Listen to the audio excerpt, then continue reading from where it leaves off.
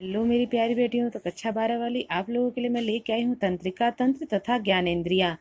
तो इस पाठ से मैं कुछ महत्वपूर्ण प्रश्न लेके आई हूँ। ठीक है, तो देखिए पहला प्रश्न क्या है। न्यूरॉन किस तंत्र की कोशिका है? पाचन तंत्र, अस्थि तंत्र, तंत्रिका तंत्र या परिसंचरण तंत्र? तो किसकी है? तंत्रिका तंत्र। फिर दूसरा प्रश्न क्या है। अनुमस्तिष्क का कार्य है गंध ग्रहण करना, स्मृति, दृढ़ संवेदनाएं ग्रहण करना, शरीर का संतुलन करना। तो देखिए बेटा, इसमें सबसे सही उत्तर कौन सा लग रहा है? शरीर का संतुलन। ठीक है, क्योंकि गंध का काम नहीं करता है, दृश्य का भी नहीं और स्मृति का भी नहीं। तीसरा प्रश्न है। आंख के किस भाग पर वस्तु का स्पष्ट प्रतिबिंब बनता है? लेंस पर, पीत बिंदु पर, अंध बिंदु पर, ये सभी। किस पे बनता है? पीत बिंदु पर। अश्रु ग्रंथियां पाई जाती हैं, ये तो आप लोग ऐसे ही बता देंगे। कहाँ पाई जाती है? आंखों में। पांचवा प्रश्न है। तंत्रिका तंत्र का एक मुख्य भाग लिखिए। तो लिखिएगा आप लोग केंद्रीय तंत्रिका तंत्र। छठवां प्रश्न है। प्रतिवर्ती अथवा सहज क्रियाओं का नियंत्रण कौन करता है? तो कौन करता है प्रतिवर्ती अथवा सहज क्रियाओं का नियंत्रण? सुषुप्ना द्वारा होता है। इसके बाद है हमारा अगला प्रश्न है। वर्णांधता से क्या आशय है? वर्णांधता यानी क्या होता है? रंगों का दोस्त। स्त्री या पुरुष द्वारा रंगों की यथार्थ पहचान न कर सकने को दोष को वर्णांधता कहते हैं। यह दोष प्रायः आनुवंशिक होता है। आनुवंशिक मतलब एक पीढ़ी से दूसरे पीढ़ी में, ठीक है, ट्रांसफर होना। और इसमें क्या होता है? रंग का भेद, लाल और हरे रंग का जो होता है वो अंतर लोग उसको उल्टा समझते हैं। ठीक है, लाल को हरा और हरे को लाल।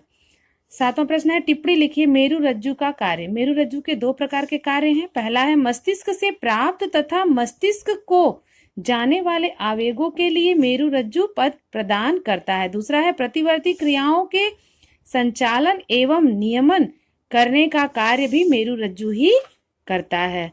और हमारा लास्ट प्रश्न है। ज्ञानेंद्रियां क्या हैं? शरीर को ज्ञानेंद्रियों के नाम लिखिए और उनके कार्य। तो ज्ञानेंद्रियां तो आप लोग जानती ही हैं, क्योंकि बेटा ये प्रश्न जो है गृह विज्ञान में कक्षा 10 में भी है, 11 में भी है। तो क्या है? प्राणी शरीर के वे अंग जो बाहरी उद्दीपनों को ग्रहण करके आवेग के रूप में उसे तंत्रिका तंत्र को पहुंचाते हैं, ज्ञानेंद्रिया या संवेदग्राही अंग कहलाते हैं। बाहरी उद्दीपनों को ग्रहण करने वाले ज्ञानेंद्रियां 5 हैं। इन पांचों ज्ञानेंद्रियों तथा उनके कार्य का विवरण निम्न है। पहला क्या है? श्रवणो संतुलन ज्ञानेंद्रियां या कान। अब ये क्या है? कान दो होते हैं। इसका मुख्य कार्य क्या होता है? ध्वनि संवेदनाओं को ग्रहण करना। इसके साथ ही ये शरीर के संतुलन को बनाए रखने में भी योगदान देता है। दूसरा क्या है हमारा? प्रकाशवादी ज्ञानेंद्रियां या नेत्र। प्रकाशवादी क्या है? नेत्र भी दो होते हैं। इसका मुख्य कार्य होता है बाहरी वस्तुओं के आकार एवं रंग की संवेदनाओं को ग्रहण करना। फिर तीसरा क्या है? गंध ग्राही ज्ञानेंद्रियां या नासिका। नासिका रंध्र भी दो होते हैं। इस ज्ञानेंद्रियों का मुख्य कार्य गंध संबंधी संवेदनाओं को ग्रहण करना। उसका चौथा क्या है? चौथा हमारा है स्वाद ग्राही या जीभ। ठीक है, तो जीभ भी एक ज्ञानेंद्रिय है। इसका मुख्य कार्य है स्वाद संबंधी संवेदनाओं को ग्रहण करना। जीभ के द्वारा ही हम अलग अलग स्वाद का पता करते हैं। फिर हमारा लास्ट क्या है? पांचवा त्वक ज्ञानेंद्रियां या त्वचा। त्वचा भी एक संवेदग्राही अंग है। इसका कार्य स्पर्श द्वारा गर्म ठंडे का ज्ञान कराता है और कोमल या कठोर का भी हमें अनुभव कराता है।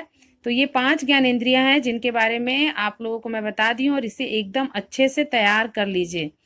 ये बहुत ही महत्वपूर्ण प्रश्न है और आगे भी मैं आप लोगों के लिए महत्वपूर्ण प्रश्न लेके आऊंगी। धन्यवाद।